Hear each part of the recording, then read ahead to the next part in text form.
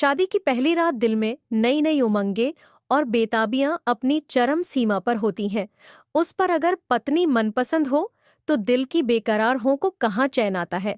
मुझे जिस कदर राखी के पास जाने की जल्दी थी, उतना ही मेरे दोस्त मुझे घेरे बैठे थे। मेरा दिल अपनी खूबसूरत सी पत्नी के पास जाने के लिए मचल रहा था, लेकिन मेरे दोस्त थे कि मुझे छोड़ ही नहीं रहे थे। रात के 1 बजे उन्होंने मेरी जान छोड़ी थी। मैं अपने कमरे के पास पहुंचकर एकदम रुक सा गया था। मेरे चेहरे पर मुस्कान खुद ब खुदा में एक नजर देखा था। मैं तो तब से ही उसका दीवाना बन बैठा था। मेरी माँ को भी राखी बहुत पसंद आई थी और रिश्ता भी आनंद फानंद तय हुआ था। और आज वह हसीन परी दुल्हन के रूप में मेरे कमरे में मेरा इंतजार कर रही थी। मैंने बहुत कुछ सोच रखा था कि कैसे मैं राखी से इजहार मोहब्बत करूंगा। उसे बताऊंगा कि तुम्हें पहली बार देखकर कैसे मेरी नींदें उड़ गई थी। मैंने दरवाजे के हैंडल पर हाथ रखा तो दिल की धड़कनों का शोर सीने में सबसे तेज था। मैंने दरवाजा खोला तो सामने बेड पर बैठी थी। वो कमरे में फैली गुलाबों की खुशबू ने मेरे अंदर के जज्बात को अपनी खुशबुओं से महकाया था। मैंने गहरी सांस खींचकर गुलाबों की खुशबू अपने अंदर तक समेट ली थी। मैंने अपनी शेरवानी का कोट उतारा और राखी के सामने जाकर बैठ गया। वो कुछ सिमट कर पीछे हट गई थी। मेरी बेताब नजरों ने राखी के हसीन रूप को देखा तो अपनी खुशनसीबी पर घमंड सा हो आया। वह गर्दन झुकाए बैठी थी। अजीब बात यह थी कि वह बिल्कुल चुप बैठी थी। शायद यह मौका ही कुछ ऐसा था। मैं लड़का होकर घबरा रहा था, तो फिर वह तो लड़की थी। लेकिन मेरे दिल को जिस चीज ने बेचैन सा किया था, वह बात यह थी कि राखी के चेहरे पर वह दिल फरेब मुस्कान गायब थी, जो दुल्हनों के चेहरे पर सजी होती है। जिस कदर मेरा दिल बेताब था, कुछ ऐसे ही जज्बात की उम्मीद मैं राखी से भी रखता था कि वह मुझसे बहुत कुछ सुनाने के लिए बेकरार नजर आएगी। लेकिन वो तो बैठी आंसू बहा रही थी। मेरे दिल को ये देखकर एक धक्का सा लगा था। फिर मैं समझा कि शायद अपने घर वालों से बिछड़ जाने का गम है। मैंने बड़ी नरमी से उसका हाथ पकड़ा, लेकिन मेरी हैरत की हद न रही जब राखी ने एक झटके से मेरा हाथ पीछे किया था और बदक कर पीछे हटी थी। ये एक अजीब सी हरकत थी। वह मुझसे यूं डर रही थी, जाने मैं उसको क्या कर दूंगा। राखी मुझसे कहने लगी, प्लीज मुझसे दूर रह, मेरे पास मत आओ। वह बुरी तरह से डरी, सहमी हुई सी थी, बदहवास सी थी। ये सुनकर तो मैंने उसे हैरत से देखा था और देखता का देखता रह गया। इस रात को लेकर जितने अरमान मेरे सीने में उफान मार रहे थे, ऐसे ही कुछ हसीन जज्बातों की उम्मीद मैं अपनी पत्नी से भी रखता था। लेकिन उसका जो रिएक्शन था वह बहुत ही उल्टा था। फिर मुझे लगा शायद वो इस नए रिश्ते से घबरा रही है। अक्सर लड़कियां ऐसे मौके पर कुछ घबरा ही जाती हैं। मैंने खुद को संभाला और बहुत ही नरम शब्दों में बात शुरू की। मैंने कहा, राखी तो मेरी पत्नी हो और पति पत्नी तो एक दूसरे के वस्त्र होते हैं। यह एक नेचुरल सा रिश्ता है। हर लड़की और हर लड़के की जिंदगी में यह पल जरूर आते हैं और यह पल तो जिंदगी भर याद रखे जाते हैं। तुम इतना घबरा क्यों रही हो? तुम शायद कुछ परेशान हो। वो तो हर लड़की ही कुछ ना कुछ होती है, लेकिन मेरे बारे में भी तो सोचो। आज की रात के हवाले से मैंने क्या कुछ नहीं सोचा है तुम्हें पहली बार देख कर तो। और इससे पहले कि मैं उसके हुस्न की ओर तारीफ करता, अपने जज्बात का ईज करता, सामने बैठी मेरी दुल्हन का व्यवहार एकदम से बहुत ही सख्त हो गया था। मैं अपनी बात एकदम बीच में छोड़कर खामोश हो गया। अब अंतकाल शब्दों में कहने लगी, मुझे कुछ भी नहीं सुनना, बस आप खामोश हो जाएं और मुझसे दूर रहे। अगर आप मेरे पास आएंगे तो मैं जोर जोर से रोने लूंगी। मुझे उसकी इस बात पर भी हैरत हुई थी। राखी एकदम बच्चों जैसी बातें कर रही थी। एक तरफ मेरा दिल था कि जिसकी बेताबियों का यह हाल था कि किसी पल चैन नहीं था, और दूसरी तरफ राखी थी जो कुछ समझने को तैयार ही नहीं थी। मैंने कहा, राखी, यह तुम कैसी बातें कर रही हो? आज की रात हमारी शादी की पहली रात है। इस रात के हवाले से लड़का लड़की ना जाने कितने सपने सजाते हैं, और तुम हो कि कोई भी बात करने के मूड में नहीं हो। आखिर तुम्हें प्रॉब्लम क्या है? अगर कुछ प्रॉब्लम है तो तुम मुझसे शेयर कर सकती हो, और आज की रात तो मैं तुमसे बहुत कुछ कहना चाहता हूँ। राखी, मेरी बात तो सुनो। फिर मैंने जेब से मुंह दिखाई कि अंगूठी निकाली और अपना हाथ उसकी तरफ बढ़ा दिया। मैंने कहा, हमारे बीच हर बात जायज है। इसलिए मेरे जज्बात का इम्तिहान मत लो। मेरे अंदर के उमड़ते जज्बातों को कहाँ चैन था मेरे सामने। मेरी महबूब खूबसूरत पत्नी दुल्हन बनी बैठी थी और कैसे मुमकिन था कि मैं अपना हक इस्तेमाल ना करता। पिछले 2 महीने से मैंने इसी पल का तो इंतजार किया था, लेकिन यह क्या, वह तो बैर से उतरकर खड़ी हो गई और कहने लगी, अगर आपने मेरे करीब आने की कोशिश की तो मैं कमरे से बाहर चली जाऊंगी। और यह सुनकर तो मेरे होश उड़ गए थे। बाहर हमारे रिश्तेदार मौजूद थे। अगर राखी बाहर चली जाती तो एक तमाशा सा लग जाता। मुझे अब उसकी अक्ल पर शक होने लगा था। मैंने कहा, तुम होश में तो हो। मेरे बात करने का अंदाज अब थोड़ा सख्त हो गया था। वह क्या बेवकूफ थी जो ऐसी बातें कर रही थी। लेकिन अगले ही पल वह मोटे मोटे आंसू गिराने लगी।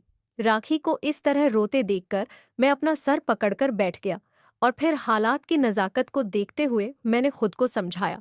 मैंने सोचा शायद वह घबरा रही है।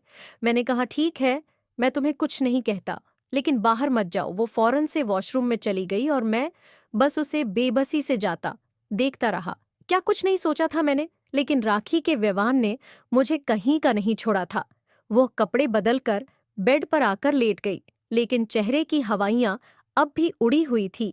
ऐसा लग रहा था जैसे वह बहुत ज्यादा डरी हुई हो। मैंने भी अपना नाट सूट पहना और बैठ के दूसरी तरफ लेट गया, लेकिन नींद तो जैसे मेरी आंखों से कोसों दूर थी। मैंने फिर से एक बार अपनी सी कोशिश की और बात करने की कोशिश करने लगा, लेकिन वह तो मेरी बात करते ही गुस्से से बिगड़ जाती थी। जैसे ही मैं उसका हाथ पकड़ने की कोशिश करता, उसके चेहरे पर ऐसी बदहवासी सी छा जाती जैसे मैं उसकी जान ले लूंगा, और फिर डरे हुए शब्दों में कहती, नहीं, मेरे पास मत आना। वो मुझसे यूं घबरा रही थी जैसे मैं कोई गैर हूं। खैर, मुझे ही हार मानना पड़ी।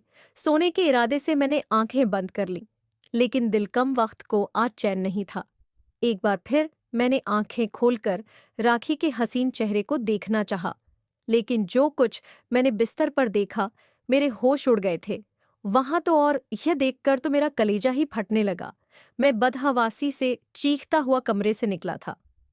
आखिर हुआ क्या था उसे? जब मैंने अपनी माँ को बताया तो माँ मेरे कमरे में आई, और मेरी पत्नी राखी को देखकर तो मेरी माँ खुद बहुत परेशान सी होने लगी। फटाफट से हम राखी को अस्पताल लेकर गए। वहां जाकर जो खबर मुझे सुनने को मिली, मेरी आत्मा कांप गई थी। डॉक्टर ने मुझे 2 ऐसी भयानक खबरें सुनाई थीं कि मेरा दिल लय कर रह गया था। मेरे ससुराल वाले मेरे साथ इतना बड़ा धोखा कैसे कर सकते थे? मैं तो यूं था कि काटो तो लहू ना निकले। मेरी माँ की हालत भी मुझसे अलग न थी।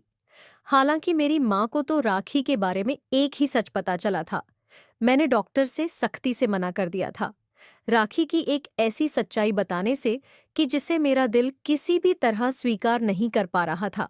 घर में सब राखी की हालत देख चुके थे। हमारे घर जाते ही सारे खानदान वालों ने सवाल करना शुरू कर देने थे। मेरी माँ कहने लगी, इसके घर वालों ने हमारे साथ अच्छा नहीं किया। इतनी बड़ी बात उन्होंने हमसे कैसे छुपाई? मैं तो इस लड़की को अब एक पल भी अपने घर में बर्दाश्त नहीं करूंगी, और तुम अभी के अभी से तलाक दो सूर्या।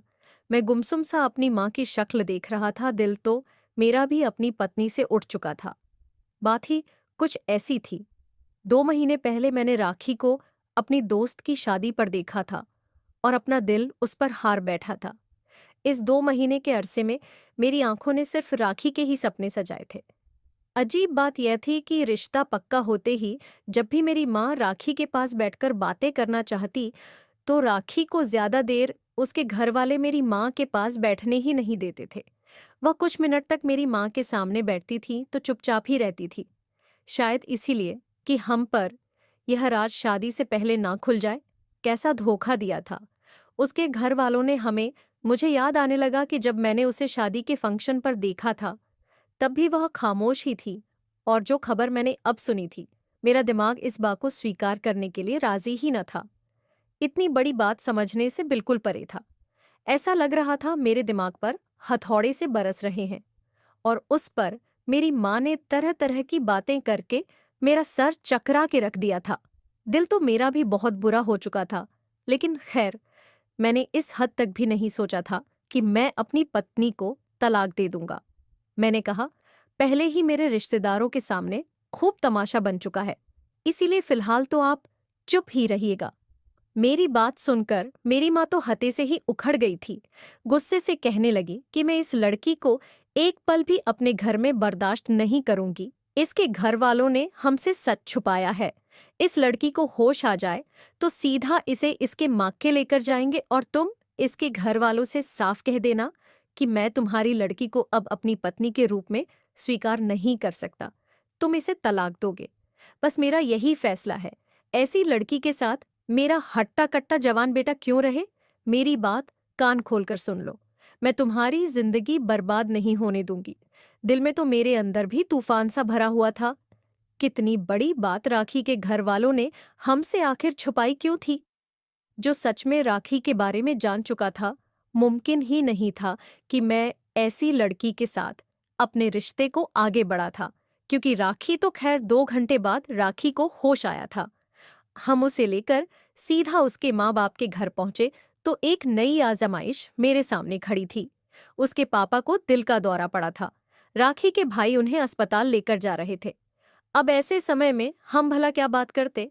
राखी भी अपने पापा को देखकर रोने लगी थी, लेकिन मेरी माँ बात करने पर अड़ी हुई थी।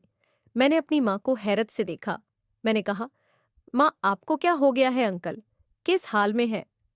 आपको नजर नहीं आता? ये मौका ऐसी बातें करने का नहीं है। मैंने गुस्से से अपनी माँ को रोक दिया था। मेरी माँ मेरा गुस्सा देखकर चुप तो हो गई थी, लेकिन उनके चेहरे पर नाकबारी सी छाई हुई थी। राखी को मैं उसके माँ के छोड़कर वापस लौट आया था।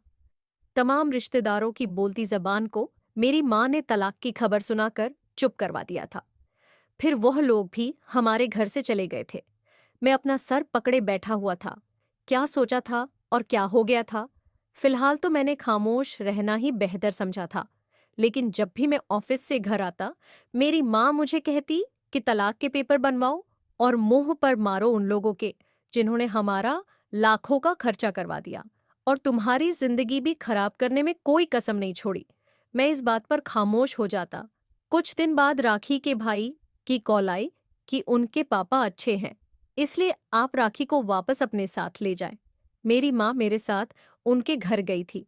उनकी माँ और भाइयों से जब राखी के सच के बारे में पूछा गया तो वह लोग उन लोगों की तो रंगत ही बदल गई थी। वह कहने लगे, हमें इस बात की जानकारी नहीं है। मेरी माँ कहने लगी, आप लोगों ने हमें धोखे में रखा है। और जब राखी की माँ को लगा कि अब सच्चाई छुपाने से कोई फायदा नहीं, तो वह रोते हुए कहने लगी, हमारी इकलौती बेटी है। राखी राखी के पापा की तबीयत वैसे भी ठीक नहीं रहती। हम चाहते तो नहीं थे कि राखी की शादी करते, लेकिन मेरे और मेरे पति के बाद राखी का इस घर में कोई नहीं है। उसकी भाभियां उसके साथ जुल्म करती हैं। मेरी बच्ची का क्या होता? हमने उसे डॉक्टरों को दिखाया था। डॉक्टरों ने हमें उम्मीद दिलाई थी कि शादी के बाद राखी ठीक हो सकती है। हम लोग अगर शादी से पहले आपको यह बात बता देते तो आप राखी से शादी नहीं करते। इसलिए हमने आप लोगों को धोखे में रखकर यह शादी की थी। हमने सोचा था शादी के बाद राखी धीरे धीरे खुद ही ठीक हो जाएगी। राखी की माँ मेरी माँ के सामने हाथ जोड़ने लगी कि अगर आपने हमारी बेटी को छोड़ दिया तो मेरा पति यह सदमा बर्दाश्त नहीं कर पाएगा। मेरी माँ तो उनकी कोई भी बात सुनने को तैयार नहीं थी, लेकिन मैंने उन्हें तसल्ली दी कि आप परेशान ना हो। हम भी यह नहीं चाहते कि अंकल को कुछ हो। वह मुझसे विनती करने लगी कि राखी को अपने साथ अपने घर ले जाओ। अपनी सास के जुड़े हुए हाथ देखकर मैं मजबूर हो गया और राखी को अपने साथ वापस ले आया। सब मेहमान तो वापस जा ही चुके थे। मैं और मेरी माँ ही अब घर पर थे। मैंने अपनी माँ से कहा कि अभी आप खामोश हो जाएं। मैं अभी कुछ भी सोचने समझने की हालत में नहीं हूँ। शादी की रात जब मैंने राखी को देखा था तो ना जाने क्यों उसकी रंगत पीली पड़ने लगी थी। उसकी हालत खराब सी होने लगी थी। मैं तो सब कुछ भूल भाल कर राखी की बदलती रंगत देखकर परेशान हो अटका था। उसके मुंह से झाग निकल रहे थे, उसके हाथ पांव टेढ़े होने लगे थे। और जब हम उसे अस्पताल लेकर गए तो डॉक्टर ने बताया, यह लड़की दिमागी तौर पर ठीक नहीं है। इसका दिमाग कम, उम्र बच्चों जैसा है। राखी 20 साल की थी, लेकिन उसकी अक्ल 10 साल की बच्ची जैसी थी। ये बात राखी के घर वालों ने हमसे छुपाई थी। लेकिन राखी का एक और सच भी था। जिसने मेरे होशो हवास छीन लिए थे, और यही सच मैंने डॉक्टर से अपनी माँ को बताने से मना कर दिया था। दूसरी बात जो मुझे डॉक्टरों से पता चली थी, और उस बात से उसके घर वाले भी अनजान थे, राखी के पापा की बिगड़ती हालत को देखते हुए मैं राखी को वापस तो ले आया था, लेकिन जिस हकीकत को मैं जान चुका था, मैं उसके करीब भी नहीं जाना चाहता था। मैं सोच भी नहीं सकता था कि शादी से पहले राखी इतना बड़ा खेल खेल सकती है। राखी मुझे देखकर हमेशा डरी डरी सी रहती थी। जब से मैंने अवंतिका को उसके मायके से लेकर आया था, राखी मेरी माँ के कमरे में सोया करती थी। मेरा खुद मन नहीं करता था कि राखी मेरे साथ मेरे बेड पर लेटे। मैं यह तो जानता था कि मेरी माँ का रवैया उसके साथ अच्छा नहीं है, लेकिन वह कैसा व्यवहार दिन भर उसके साथ करती थी, उसका अंदाजा मुझे उस समय हुआ जब मैं ऑफिस से समय से कुछ पहले घर आ गया था। वह न समझती मासूम छोटी बच्ची की तरह अपनी गुड़िया से खेल रही थी। मैं जैसे ही कमरे में आता तो उसकी रंगत पीली पड़ जाती थी। वह मुझसे बहुत ज्यादा डरती थी। इसीलिए मैं कोशिश यही करता था कि जहां वह होती, मैं वहां बिल्कुल नहीं जाता था। राखी मेरी माँ के साथ ही सोती थी। मुझे बस उसके पापा के सेहतमंद होने का इंतजार था। जैसे ही उनकी तबीयत थोड़ी ठीक होती, मैं राखी को तलाक देकर उसे उसके घर भेज देता, क्योंकि मैं एक मर्द था, इसलिए कभी भी एक ऐसी लड़की के साथ जिंदगी नहीं गुजार सकता था जो और जिसका दिमाग एक छोटे बच्चे जैसा हो। लेकिन जब मैं उस दिन ऑफिस से घर लौटा, तो घर में दाखिल होते ही जो मैंने देखा, मुझे अपनी माँ पर अफसोस हुआ था। वह राखी को बुरी तरह मार रही थी, कह रही थी, एक काम भी ढंग से नहीं होता, तुमसे हर वक्त अपनी गुड़िया से खेलने में लगी रहती है, मेरा सारा खाना जला दिया तूने। ये कहकर उन्होंने एक और थप्पड़ राखी के मुंह पर मारा था, और उसकी गुड़िया उसे छीन ली थी। वो बच्चों की तरह रोने लगी थी। मैं देखकर परेशान हो गया था। अब अंतकांते के पास से खून भी बह रहा था। मैं उसके करीब पहुंच गया। मम्मी से मैंने राखी को पीछे किया। वो डर के मारे मेरे साथ लग गई थी। मैंने हैरत से अपनी माँ को देखा। मुझे अपनी माँ के रवैये पर बहुत ही अफसोस हुआ था। मुझे अचानक से देखकर मेरी माँ कुछ गड़बड़ा सी गई थी। मैंने कहा, मुझे आपसे इस रवैये की उम्मीद नहीं थी। मम्मी, आप जानती भी हैं इसकी दिमागी हालत को, उसे हाँ समझ है कि किचन के काम कैसे किए जाते हैं। आइंदा इस पर हाथ मत उठाइए। यह कहकर मैं राखी को अपने साथ कमरे में ले आया। उसे बेड पर बिठाया। वो रो रही थी। मैंने कॉटन से उसके होठों के जख्म से बहते खून को साफ किया। वह अपनी गुलिया को सीने से लगाए रोते हुए उसे पूछ रही थी, तुम्हें चोट तो नहीं लगी? तुम ठीक तो हो ना? उसे अपनी तकलीफ की परवाह नहीं थी। कितनी मासूम लग रही थी राखी उसे। तो बस अपनी गुड़िया की चिंता थी। मेरा जरा सा ध्यान पा उसका वो डर दूर हो गया जो मुझे देखकर उस पर सवार हो जाता था। रात को जब मैंने उसे कहा कि वह मम्मी के पास जाकर सो जाए, तो वह कहने लगी, मुझे आप इसी कमरे में रहने दें। वह मुझे जमीन पर सुलाती है, मुझे ठंड लगती है। वो मुझे ओढ़ने के लिए चादर भी नहीं देती, मुझे बहुत ठंड लगती है। ये सुनकर मुझे राखी पर दया आने लगी और अपनी माँ पर गुस्सा आने लगा। जो उसके साथ हुआ था, उसमें मैं भी कहीं न कहीं दोषी जरूर था। मैंने उसे बेड पर लिटाया और खुद जमीन पर बिस्तर बिछाकर लेट गया। मुझे हैरत से देख रही थी। अब मैं उसका ख्याल रखने लगा था। जब भी ऑफिस से घर आता, उसके लिए बहुत सारी टॉफियां, चॉकलेट लेकर आता था। वह बच्चों की तरह खुश होती थी। अब तो मुझसे बातें भी करने लगी थी। मेरे दिल में बार बार राखी के उस घिनौने सच को लेकर अजीब से ख्याल आते रहते थे, जिस सच को मैंने आज तक किसी को नहीं बताया था। लेकिन मैं जानना चाहता था, उस सच की तह तक पहुंचना चाहता था।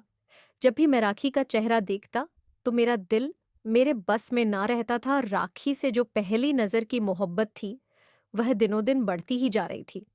हालांकि मैंने सोच लिया था, जैसे ही राखी के पापा ठीक होंगे, मैं उसे अपने पास अपने घर नहीं रखूंगा। मैं उसे तलाक देकर उसे उसके घर भेज दूंगा। मैं भला ऐसी लड़की के साथ जिंदगी कैसे गुजार सकता था? लेकिन मेरा दिल इस बात के लिए मेरा साथ नहीं देता था। मेरे दिल के किसी कोने में राखी के लिए मोहब्बत अब भी दबी हुई थी। इसीलिए एक बार मैंने उसे अपने पास बिठा लिया और उससे उस हादसे के बारे में पूछने लगा, जिस हादसे ने मेरे दिल में नेक कयामत मचा रखी थी। पहले तो वह मुझे बताने से हिचकिचाना लगी। मैंने कहा, राखी, मैं तुम्हें 2 चॉकलेट लाकर दूंगा, मुझे बताओ कौन था जिसने तुम्हारे साथ इतनी घटिया हरकत की थी? ये सुनकर उसके चेहरे की रंगत बदलने लगी थी। हाथ में पकड़ी टॉफियां उसने वहीं सोफे पर फेंकी और कमरे से बाहर चली गई थी। लेकिन एक बार जब मैं कमरे में आया तो वो रो रही थी। मैंने वजह पूछी तो कहने लगी, मुझे उससे डर लगता है। मुझे लगता है वह फिर से आ जाएगा। और उस दिन वो मुझे खुद ही बताने लगी कि मेरे पड़ोस में एक अंकल रहते थे जो मुझे चीज़ों का लालच देकर छत पर बुलाते थे। और फिर एक दिन उसने मेरे साथ बहुत जबरदस्ती की थी। राखी कहने लगी, उसने मेरे मुंह पर रुमाल बांध दिया था, मेरे हाथ पांव भी बांध दिए थे। मुझे उससे डर लगता है, बहुत डर लगता है। वह कहता था कि किसी को बताया तो मैं तुम्हारे पास फिर से आऊंगा और तुम्हारे हाथ पैर फिर से बांध दूंगा और फिर से तुम्हें इतनी ही तकलीफ दूंगा। मुझे उस दिन बहुत दर्द हुआ था।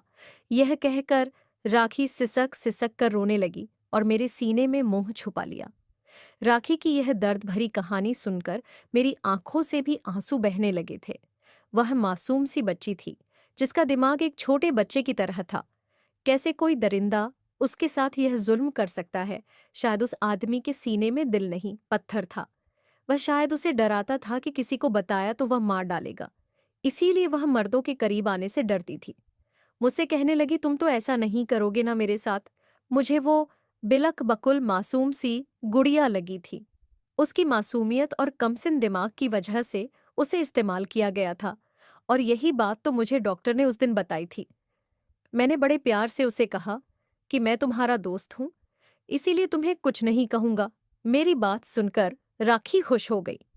अब वो मुझसे बिल्कुल भी नहीं डरती थी। अचानक ही बच्चों की तरह खुश हो जाती और मेरे गले लग जाती थी। कभी मेरे हाथ चूमने लगती। जब मैं उसे खूब सारे खिलौने लाकर देता तो वह बेतहाशा खुश होती। एक बार मैं जमीन पर सोने लगा तो मुझसे कहने लगी, तुम मेरे साथ बैठ पर सो जाओ, तुम मेरे दोस्त हो, अब मुझे तुमसे डर नहीं लगता। मैं उसके साथ बैठ पर लेट गया, लेकिन अगले ही पल वह मेरे बाजू पर सर रखे मेरे करीब हो गई। मेरा दिल एकदम जोर से धड़का था और फिर वह मेरे सीने पर हाथ रखकर मुझसे कहने लगी, तुम बहुत अच्छे हो, मुझे छोड़ना मत। मुझे मेरी भाभियां बहुत मारती हैं, मम्मी भी डराती हैं, मुझे कोई भी प्यार नहीं करता। यह कहते हुए वह आंसू बहा रही थी। कहने लगी, तुम्हारी मम्मी भी मुझे प्यार नहीं करती। तो वो मुझसे कह रही थी कि तुम मुझे छोड़ दोगे, लेकिन प्लीज मुझे मत छोड़ना। अगर मैं अपने घर वापस चली गई तो फिर से वह मेरे पास आएगा। वह मेरे साथ लगी रोते हुए ससक रही थी, विनती कर रही थी, लेकिन मैं चुप था। उसे एक तसल्ली का शब्द भी नहीं कह पाया था। वह रोते रोते सो चुकी थी। मैंने उसे खुद से पीछे किया और उठकर जमीन पर लेट गया, लेकिन पूरी रात इसी बारे में सोचता रहा। बहुत मुश्किल होता है ऐसी लड़की के साथ जिंदगी गुजारना। मेरी सारी जिंदगी का सवाल था। अब उसके पापा बिल्कुल ठीक हो चुके थे। मुझे मेरी माँ कह चुकी थी कि जल्द से जल्द इस लड़की का किस्सा खत्म करो। एक मर्द होने के नाते मेरे अंदर भी वही जज्बात थे कि मैं क्यों ऐसी लड़की को अपनाऊं जो दिमागी तौर पर मेरे जज्बातों को समझने के काबिल ही नहीं हो और फिर किसी दूसरे मर्द की हमस का निशाना भी बन चुकी हो। लेकिन फिर मैंने सोचा, यह दोनों बातें ऐसी थीं जिसमें राखी का कोई दोष नहीं था। कितनी ही औरतें ऐसे मर्द को अपनाकर जिंदगी गुजार लेती हैं जो दिमागी तौर पर नॉर्मल नहीं होते, और कितने ही मर्द ऐसे होते हैं जो अपनी पत्नी के होते हुए बाहर औरतों से चक्कर चलाते हैं और अपनी हदों को पार कर जाते हैं। हालांकि उन मर्दों की पत्नियों को पता होता है कि हमारे पति बाहर रहते हैं और किसी और के साथ रातें रंगीन करते हैं, लेकिन फिर भी वो औरतें अपना घर बनाने के लिए ऐसे मर्दों को अपना लेती हैं। और फिर राखी तो निर्दोष थी। जो कुछ भी उसके साथ हुआ था जबरदस्ती किया गया था, तो फिर हम मर्द ऐसा हौसला क्यों नहीं रख सकते? मैंने फैसला कर लिया। मैंने अपनी माँ से कह दिया कि मैं राखी को तलाक नहीं दूंगा। ये मेरी जिंदगी है और मैं राखी के साथ अपनी जिंदगी को जीना चाहता हूँ। मेरी बात सुनकर मेरी माँ मुझे गुस्से से घूरने लगी। कहने लगी, क्यों अपनी जिंदगी बर्बाद करना चाहते हो? क्या खबर बच्चे भी इसके जैसे ही अब नॉर्मल पैदा हो। लेकिन मैंने कोई जवाब नहीं दिया, क्योंकि मुझे अपने भगवान पर विश्वास था कि जब मैं अपने जज्बातों की कुर्बानी देकर एक ऐसी लड़की को अपना रहा हूं तो मेरा रब मुझे और आजमाइश नहीं देगा। इस बार मैंने ऑफिस से वापस आते हुए राखी के लिए खूबसूरत सी साड़ी ली थी। चूड़ियां, ज्वेलरी, सब कुछ उसे दिया था। वह बहुत खुश हुई थी और सब कुछ पहनकर मेरे सामने आई थी। बहुत खूबसूरत लग रही थी। आज उसके चेहरे पर मुझे देखकर कोई खौफ नहीं था। इसलिए मैंने राखी को अपनी बाहों में भर लिया और उसके माथे को चूम लिया। वो शर्मा कर मेरे सीने में अपना मुंह छुपा गई थी। मेरी मोहब्बत और तवज्जो का नतीजा यह था कि राखी की हालत अब धीरे धीरे सुधरने लगी थी। मैंने उसका इलाज एक अच्छे डॉक्टर से शुरू करवाया था। वह पहले से बहुत बेहतर हो चुकी थी। मेरे बहुत से काम भी कर देती थी। और जब मेरे घर मेरा पहला बेटा हुआ तो मेरे दिल में मेरी माँ की कही हुई बात घूमने लगी थी कि कहीं तुम्हारी औलाद भी अब नॉर्मल पैदा ना हो। लेकिन जैसे जैसे मेरा बेटा बड़ा हो रहा था, मैं भगवान का धन्यवाद करता था क्योंकि मेरा बेटा बिल्कुल नॉर्मल था। माँ बनने के बाद राखी की हालत में बहुत सुधार आया था। धीरे धीरे वो मैच्योर होने लगी थी। शायद ये मेरे प्यार और भगवान की कृपा थी। तो दोस्तों, ये थी आज की हमारी कहानी। आपको कैसी लगी? जरूर बताना। पसंद आई हो तो प्लीज लाइक जरूर करना। रोज एक नई कहानी सुनने के लिए हमारे चैनल को भी सब्सक्राइब करना। कहानी को अंत तक सुनने के लिए आप लोगों का बहुत बहुत धन्यवाद दोस्तों। मिलते हैं अगली किसी नई कहानी के साथ।